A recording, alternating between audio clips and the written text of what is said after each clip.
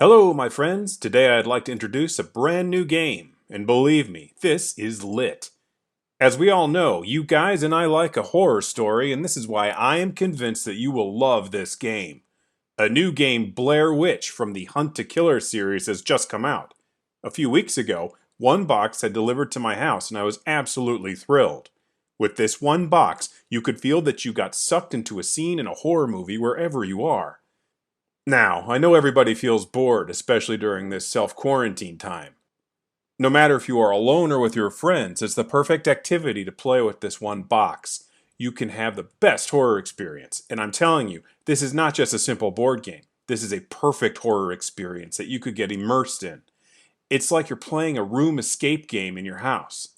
The thing is so simple. All you have to do is just register the box. You take it, and just enjoy it. What else? Nothing.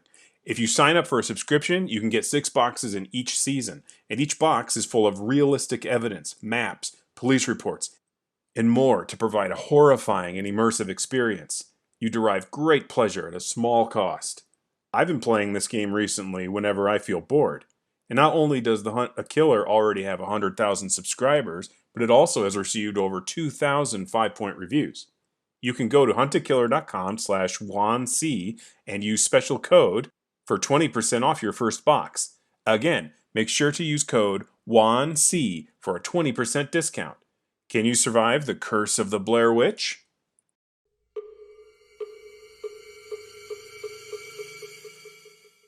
This happened when I was in college. One day, I decided to sleep at my friend's house. After having fun eating takeout with my friend and chatting for a while, we both laid down to sleep. Then I suddenly started hearing the sound of a wooden percussion that is typically used in Korean temples. However, as my friend and I were sincere Buddhists, I just laughed and then fell asleep, thinking it was a hallucination. About a month later, I met her again at a cafe near her house, and I made a joke. "Hey, did you turn on the Buddhist broadcast at your house that day? I kept hearing the sound of a wooden instrument when I slept over at your house." Then my friend suddenly looked serious and asked me if I heard it, and she abruptly called her mother, trembling. "Hey, Mom, my friend heard it too. What should I do now?" In confusion, I asked what was going on, and my friend suddenly cried and said, "I keep experiencing sleep paralysis ever since I started living in that house. I've been suffering this for 5 months, not 1 or 2 days. I can't live like this anymore." She then confessed that she'd been staying at a nearby motel. It was fine at first, but she started to have sleep paralysis more and more, even when she was in the motel. I was so surprised when she told me this. To reassure her, I told her to pack up right away, check out of the motel, and come to my house. Then she cried even harder this time, and she said she's too scared to enter that house by herself. She asked me to go with her, so we took a taxi and went back to her house. However, the moment I went into her house, I thought I was going to cry too, and I was sure that something was wrong. As soon as I opened the door, I suddenly smelled rotten water. My friend had a goldfish at the time, and there wasn't even a drop of water left in the fish tank. The fish was dried up and laid there dead.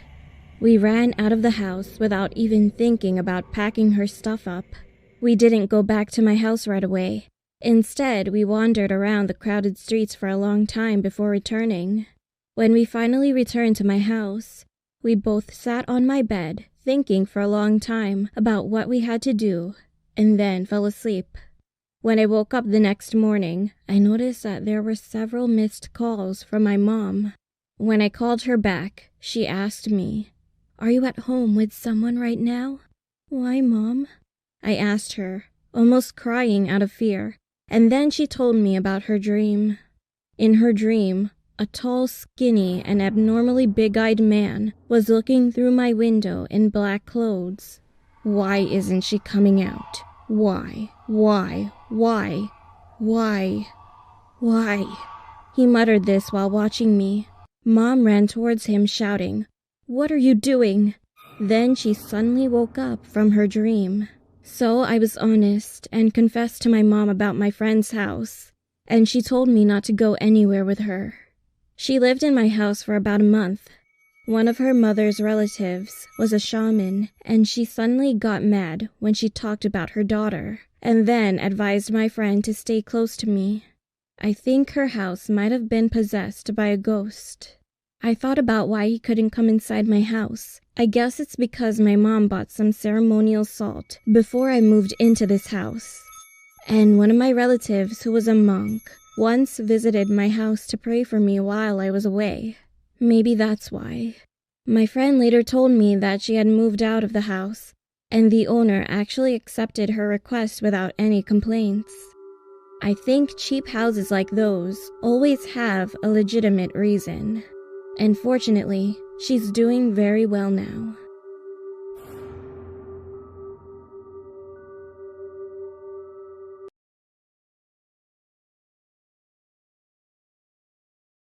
My father's grandmother once told him a story of a man from the 1900s in Mexico that had a very heart-stopping experience. Said man, let's call him Jose, a very common Mexican name, loved to drink. So he and one of his friends are finishing drinking at a local bar one night. When they leave the bar, they say their goodbyes and go their separate ways for the evening. As I stated before, it's Mexico in the 1900s. For most people, you either traveled by your own 2 feet or by horse.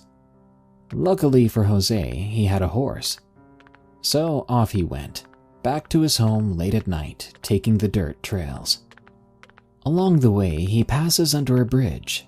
As he comes out the other side, he begins to hear what sounds like a child crying. He stops and gets off his horse. He looks in the direction of the crying. He soon finds the source of the crying. It's a little boy crying all alone. He asks the child if he's all right. I'm lost. Can you help me?